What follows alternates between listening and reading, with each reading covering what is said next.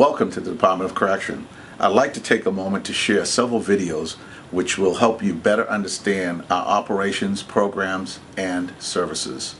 We hope that after viewing these videos, you will have a better understanding of our vision, mission, and strategic goals. I would like to thank you for your continued support, and for more information, please visit our website.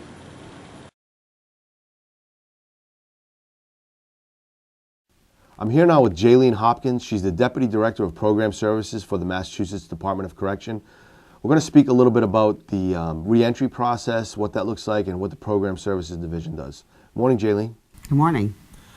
So walk us through, everybody talks about reentry, and that's a big buzzword, and we talk about reentry starts at day one of the incarceration. What's that really mean?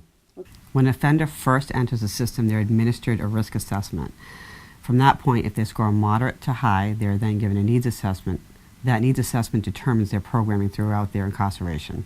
Their personalized program plan is developed for each inmate based on those needs. So after they have their risk needs assessment and they move on to the facility that they're going to be housed at,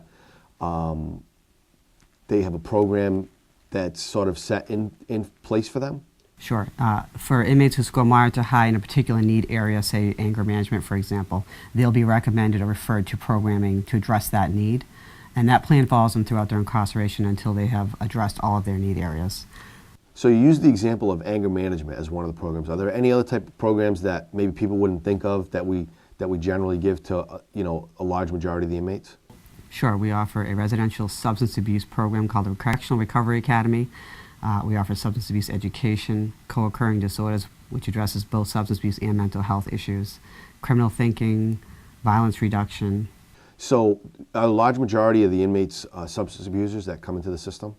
Yes, I would say about 80% are substance abusers. Typically, an inmate that comes into the system would go through some kind of CRA program. Can you give me an idea of what that CRA program looks like? The Correctional Recovery Academy is an intensive 6-month residential treatment substance abuse program where the inmates live in a common housing unit. The participants are required to attend 5 days of classes per week, along with 12 and a half hours of structured curriculum-driven activity. The curriculum is based upon the principles of cognitive behavioral treatment, and the program focuses on substance abuse issues and problems, and the offenders actually participate in the development of an individualized treatment plan. The program also focuses on the skills necessary for relapse prevention, as well as the skills to be part of a community setting. As part of that community setting, the offenders are encouraged to make each other aware when they notice another offender participating or displaying negative or antisocial behavior, as well as acknowledging when another offender is displaying appropriate or pro-social behavior. The program has 3 phases. When an offender is in phase 2 or 3, they're required to act as mentors to offenders who are coming into the program, kind of to give them encouragement and support. So they learn coping skills, how to sort of avert some of the behavior that they've had prior to being incarcerated? Yes, as well as working in a community and how to help each other out, pull each other up. So the community is just a sense to sort of give themselves support? Absolutely. Do they hold each other accountable in the community? They do. Are there rules that govern that whole thing? Sure, there are a lot of rules. There are cardinal rules, and then there are rules that they all have to participate in committees, whether it be a beautification committee or a cleanup committee. And they help each other out with classwork, things like that. They each have a treatment plan, an individual treatment plan that they work on. They have goals that they are working towards. Somebody gets incarcerated in the system, and we come up with this treatment program that they're supposed to be taking part in. As they attend some of these classes and have successfully completed some of the programs, does that treatment plan and that program plan sort of morph into something else? Does it change? Is it like this is it, these are the things that you have to do from start to finish, or does that change along the way? It's pretty much from start to finish, this is what you need to do, and as they address those needs, it shows that they've completed that area, okay, and then they'll go on to address another area.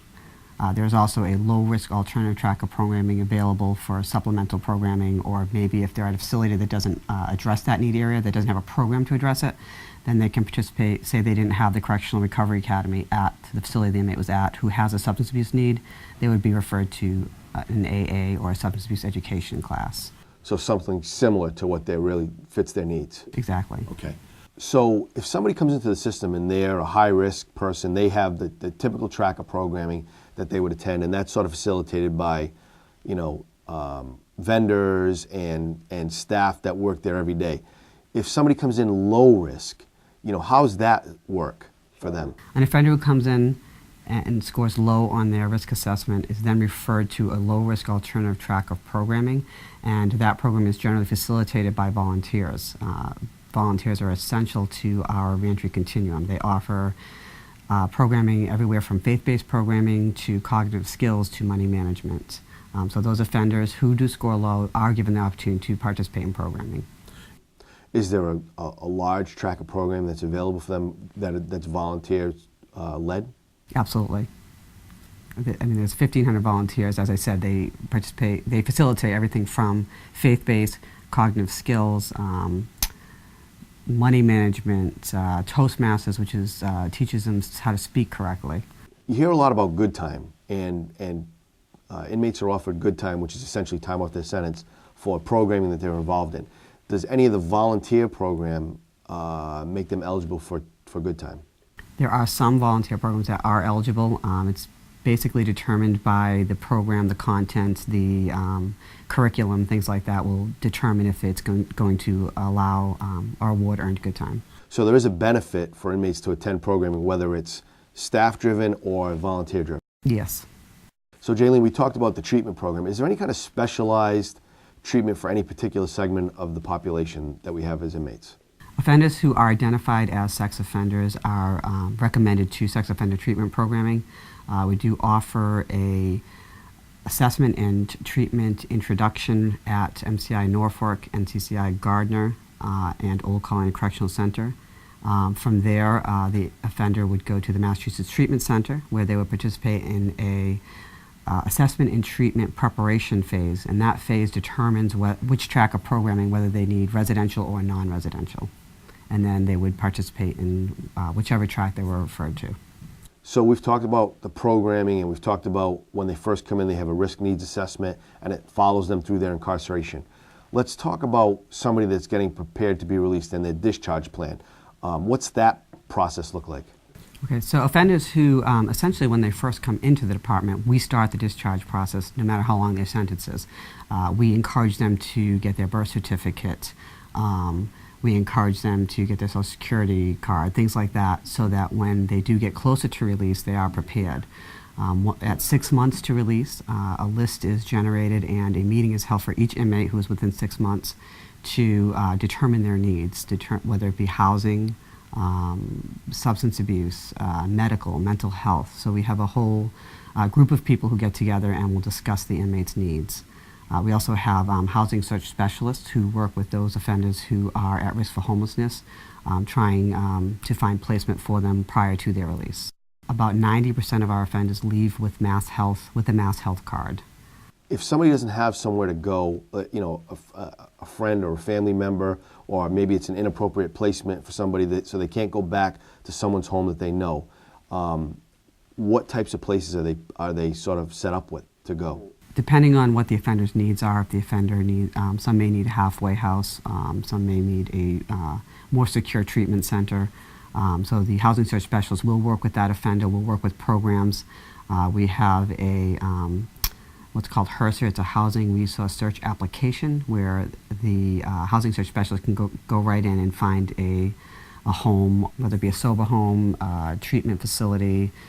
There's just a variety of places they can look. So an inmate that's about to release back to the community, we've sort of worked out that they get Mass Health card if they're eligible for something like that. We help them to get a Social Security card, a few other things. Is there any type of resume building or something where they can take all of the certificates and the certifications that they've gotten through their incarceration and put them into a resume and maybe help them to get a job when they release? Sure, we provide an employment and readiness workshop. It's a 2-week workshop. Offenders who are within 18 months of release are invited to participate. During that workshop, they are giving resources in their particular community where they're going to. They learn how to, they will build a resume. They'll also create a portfolio, which includes all their certificates for any program that they participated while incarcerated. There's a form in there for potential employers. It's a work tax credit form that is signed off by a records manager from the facility before they leave. And that portfolio will, once completed, will follow them until they leave, until their incarceration is over. Does an inmate have to participate in all of these things, like the discharge plan? I mean, is it up to them? Is it incumbent upon them to sort of just say, hey, look, I want to be part of this process, and you guys put the wheels in place, or are they all forced to take part in that? They're not forced. It's not mandated. As far as the discharge planning process, we always have somebody working on an inmate's release, whether they're involved or not. We do try to engage them. We do everything we can to, encourage them to participate in as many programs as they can, to participate in the discharge process. We verify release addresses if they tell us they're going somewhere. We may encourage them to seek an alternate release address if it's a high-risk situation for them. All right, well, thank you very much for your time. Thank you.